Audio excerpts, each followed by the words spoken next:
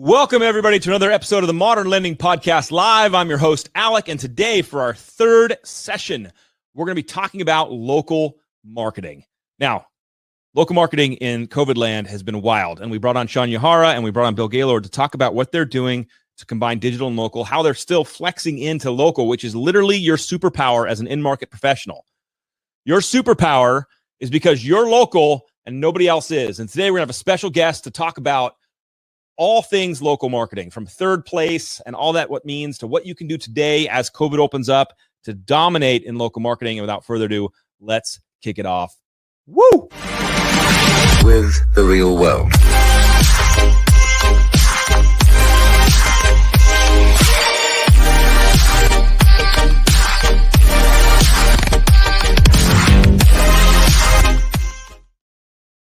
All right, everybody. First question for our guest is going to be about the concept of a third place. Now, this is a fun topic. A Third Place is a book written in, I think it was 1989, called A Great Good Place. And it talked about how all human beings have three places they go in life. Just three places. Now, some of you, we're going to challenge right now and see what your third places are. But the first place everyone goes to is your home. The second place everyone goes to is your work, which became your home a little bit in COVID. And then there's your third place. And the third place is defined as a place of community, a place of connection. And for some of you, your third place is jumping into your brain right now.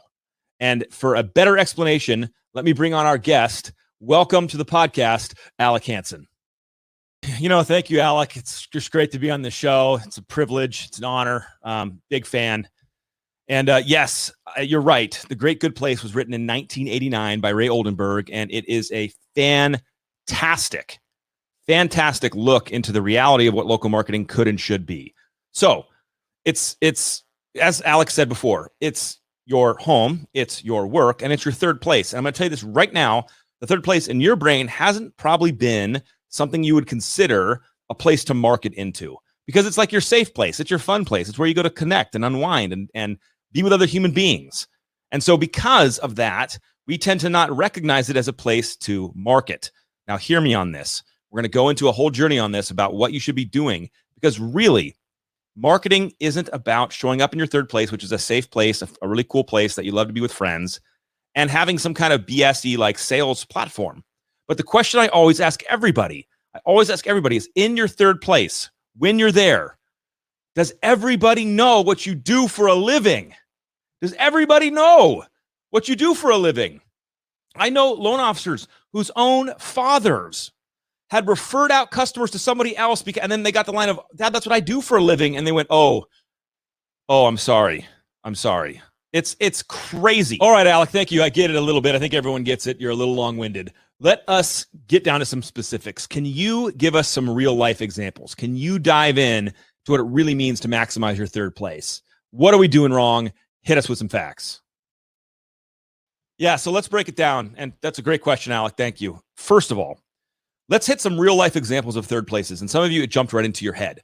For example, let's say your third place is your church or your charity. This is a great one. And you're invested in it. And every year you do something for it and drive forward. One of my great loan officers and a buddy of mine named Ralph, who's in Orange County, he pairs up with a realtor every single year, and they do a toy drive.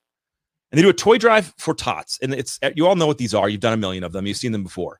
And they walk the streets together. He's branded. He's working for this charity. He's making introductions. He's meeting the neighbors. He's going face to face, and he's collecting toys.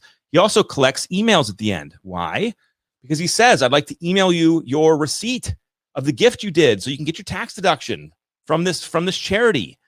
And as he lives in this and supports this charity year in, year out, he's strategically branding himself so that everybody's getting to know like who he is and what he does. Of course, he's not banging on the door being like, "Would you like to donate for toys? And then would you also like to give me a loan?"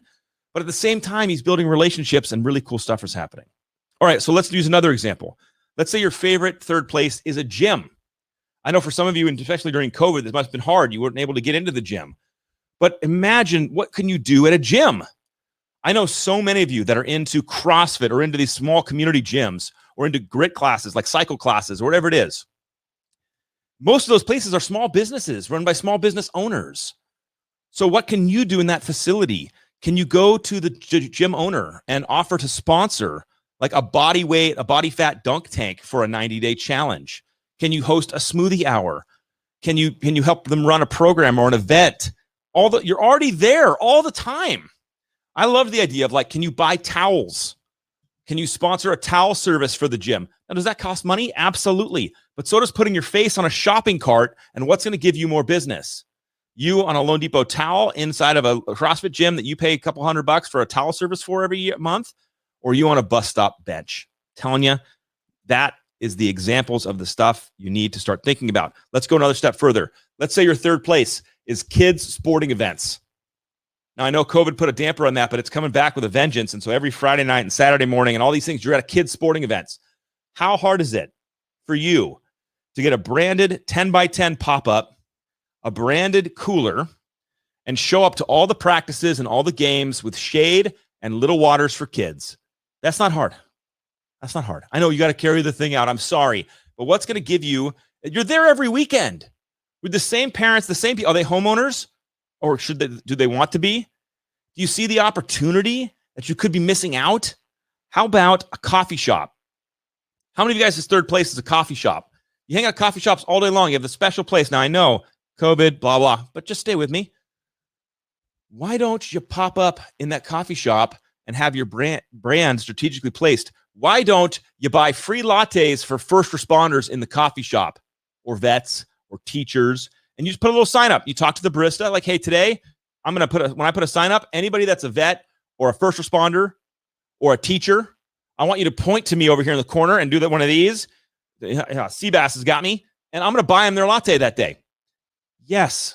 Can you spend a couple $100 doing this a week? Is it going to get you more business than that shopping cart ad? Are you kidding me? And then let's talk lastly about a third place being a bar. This is an obvious one, a bar or a restaurant. If that's your third place, I can literally point to one of our best managers down in San Diego, this guy Mike Stowers, who can point to hundreds of thousands of dollars of income coming from that bar. It's like Cheers. He hosts networking events there. Could you go to the owner of the bar and say, hey, can I host networking events here? He has marketing put up in the bar. One of my favorite bar ideas is coasters. Buy the coasters for the bar. Do they need coasters? Can you buy coasters? This is an example of what to do in a third place. This is how you maximize your marketing. This is not bus stops and bench ads and shopping cart ads. This is the game. Well, let me ask you this then, now that we're kind of digging in a little deeper here. What if I'm struggling with this concept of third place? Break down for everybody and for me some of the things that we can do in our local communities that may not represent our third place, but that could really represent local marketing. And hit us again with that definition of what you think local marketing really is about. Yeah, thanks, Alec. Good question. You've heard me say this before. Hopefully, if you haven't and this is the first time, please write this down. Local marketing equals service to your community. Local marketing equals service to your community. That's the game. And I'm telling you right now, if you buckle up and you figure out how to be in service to your community and tie that in with strategic branding, and don't ask for anything, don't expect anything, just be a great person. Trust me, they're all going to know you do loans because you're going to be strategically branded, and they're all going to build a connection with you. So if you're struggling with third place, or you're dealing with COVID and you can't go to your coffee shop and sit there all day like you used to anymore, here's some ideas. All right. Go back and listen to my podcast with Bill Gaylord on and the fun conversation we had about burgers and benefits. Are there Army bases, military bases near you? Absolutely. Are there lots of vets near where you live? 100%. Just do a little test and ask people whose parents or kids or grandparents or themselves were vets, and you're like 90% there. Can you go to a burger place and just say to the guy at the cashier today, hey, any veteran that walks in today, I'm going to buy them some burgers?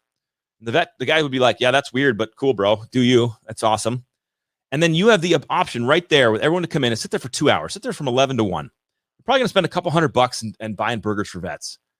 But during that time, as they get their burger, and just say, look, I'm going to buy you a burger. But while they're cooking it, like the 4 minutes or 3 minutes it takes to cook that burger, can I share with you about your VA home buying benefit? And I got a flyer here too. And look, do you own a home? Oh, you do. Have you ever looked at, you know what an Earl is or a Streamline? Guys, this is a no-brainer. Go be in service to your community. And if all of them say no, every single veteran was like, no, creepy guy, I will not talk to you about a loan. And you go, no, what? No stress. Enjoy the burger. And you're a good freaking human being for buying someone a burger. This to me is a no-brainer. How about this if you don't have a third place? Are there community service things happening around your city? Yes. Like I got this all the time. Like, Alec, my third place is a beach. How do I market there? Organize a beach cleanup. It's your beach. Is there crap there? Organize something to help support the third place you love. I love hiking. Organize something to help clean up or fix the trail. Put some money into the stuff you love. Do it in service and invite the community in. This is your superpower against things like Quicken who are buying internet leads. This is things you can do that no one else can do. Here's an awkward one, and I'm just going to give it to you. And you're like, oh, my third place. I just like to drink with friends. Okay, that's your third place. Drink with friends. No judgment. We're in the nest. Totally fine. Then host some think and drinks. Bring in community members. Invite realtors in once a month. Invite business owners in once a month. Invite financial planners. Invite the community in. Host it at the local bar where you go drink anyway. And hang out and meet new people. You think that's going to lead to loans? Do you need to hit everyone in the face with you need a refi, you need a purchase? No, of course not. You just being with everybody, being a great person, coordinating these events. You hear things like this. Be the mayor of your town. Be a connector of people. And that is absolutely how you dominate local marketing. Hey, you forgot one, dude. You forgot one from our conversation before the podcast started, so you blew it. Talk about the pie guy. Come on. Give us the details on the pie guy. What's the story there? Oh, the pie guy is so good. Oh my gosh. Okay. So I met a recruit up in Washington and he has one marketing thing he does every single year. And I was like, oh, hit me with it. I'm ready. I love this kind of stuff. And he's like, I host a pie tasting competition. And I was like, what? Yeah, pie tasting competition. What I do is I go to all these restaurants and bakeries around the city. I invite all my past clients in, all my realtors in, and I buy like 70 pies, or maybe it's 50. I don't remember. Don't judge me. Buys all these pies. Everyone comes in and they just taste pies and they vote on who won the best one. And he gives a little award out to the bakery that won. How much does that cost? Like $300-400 to bring everyone in. It's an annual thing. Everybody loves it. Everybody's like, this is incredible. I want to be involved in the pie thing. My friends, it doesn't have to be so complex. Like I don't have a third place. Then just have fun with your community. All right. That's the angle. Fun with your community. You got anything else for me, Alec? Okay, Alec, that's some good stuff here, but where's the 1-2 punch? Let's take it digital. These are all terrific local examples of how to increase influence. But one of the things that we all learned from my podcast with Sean Yahara was the power of taking that local interaction and creating a digital blend to it. You even heard it from Bill Gaylord last week. So hit us with the digital. How do we take this to the next level? Yeah, I mean, when we're talking local marketing, guys, you have to understand that there's a 1-2 punch opportunity available for you in this game. So yes, if you do burgers and benefits and you're buying veterans burgers all day, or yes, if you're doing a pie eating contest or a pie tasting contest, eating could be fun. All that stuff's amazing. If you're doing lattes for first responders or teachers in your coffee shop, all that's epic, incredible, love it. Document it. Film it, talk about it, share it, and your reach goes, yes, you might have bought burgers for like 25 veterans that one day or that weekend. That's amazing. But now you get to post it. Now you get to share what happened. You don't even have to think of like cool things to say. It's all documented. Just share it across all your social channels. Send it to your past customer base. E-blast it out. It's rad. It's fun. It's cool. It's community connecting. This takes that one event and it makes it timeless. That one event that everyone will forget about in a year, and now it's on YouTube, now it's on Facebook, and they can see it again and again and again. This is the absolute combination. I know we're talking local marketing, but we got to talk a little bit about how to make it digital. By the way, your local community, if you've done the work, they're in your digital community too, so it's the same people, so it's a 1-2 hit. This is how you play. This is how you play big in both sections. Do you feel me? This is your advantage over the companies that are all lead by lead ag. They can't do this stuff. They can't be in your local gym. They can't be meaning physically, like with them. They can't be at your kids' soccer games. They can't be at the coffee shops, at your churches, at your charities. They can't be in the bar like you can physically. I'm telling you, not everybody needs to know that you're smashing them in the face and asking for loans. But if you're in service to your community, if you're connecting human beings, and if you're doing it in a place you love that you're already there naturally. Start a bike club. Start a Loan Depot bike club. Buy Loan Depot spandex. Maybe some of you shouldn't, but you feel me? Like just have fun. Let me give you a couple more examples, Alec, before you cut me off. Don't cut me off. Check this out. Okay, I know a friend, a loan officer who is really into RC car racing. You know what RC cars are? The little cars. You build them and you race them. And I was like, okay, if that's your thing. He's like, well, how do I local market there? And I go, well, do kids do it? The kids do the RC car racing? And he's like, yeah, they do. And I'm like, okay, why don't you host a Loan Depot 500 RC car race on a month or 90 days from now, and market it and brand it and have a colored green and purple checkered flag and a little thing. And the winner gets a Nintendo Switch. What's that cost? Like $400, 200 used or something like that. Dude, you know how many kids would be stoked? Or the brand prize could be $60, and like 9-year-olds would be like, I'm rich. We don't have to make this complicated. But if you're sitting in your office, you're losing the opportunity to make huge community impact in your local market. When I coach loan officers directly about how they're going to get business in 2021 or 2022 or any year that we do business planning, I'm always asking, what's your branding strategy? What's your digital marketing strategy? What's your realtor-centric strategy, referral partner strategy? And what's your local marketing strategy? Because, by the way, many of you are probably waking up to this. You can invite realtors into this local marketing strategy. Yes, you can. You can invite them into the cleanups or into the events or they may be at the same gym with you. You can invite them into this conversation. And now you have this unbelievable place to play where nobody else can play. Remember, local marketing is about being in service to your community. Local marketing is about being a connector of humanity inside your community. It is not about sitting in your office responding to emails. When you understand this, you can leverage your third place. You can leverage social media to document the cool things you're doing. You can be in service to the people around you. You can be inviting people to your think and drinks and entrepreneurs and having them. It's endless. And it's so available to be personalized into what you're into. I don't care if you play Magic the Gathering, the card game, and you go on Saturdays and you host actual or Dungeons and Dragons, and you're the dungeon master. Host it by Loan Depot, have some fun, put on events, do things that bring people together in ways that you care about, not in ways that you think are going to drive you business. Be a connector of people. You know, I know this has been an absolute silly type of a thing, Alec, interviewing myself on this, but this topic is so important to talk about because it's not being worked. We are not doing it. We are sitting in our offices. We are doing or our homes. We're doing business the old way. It is not how you win in the future. Be in service to each other. Be a builder of community.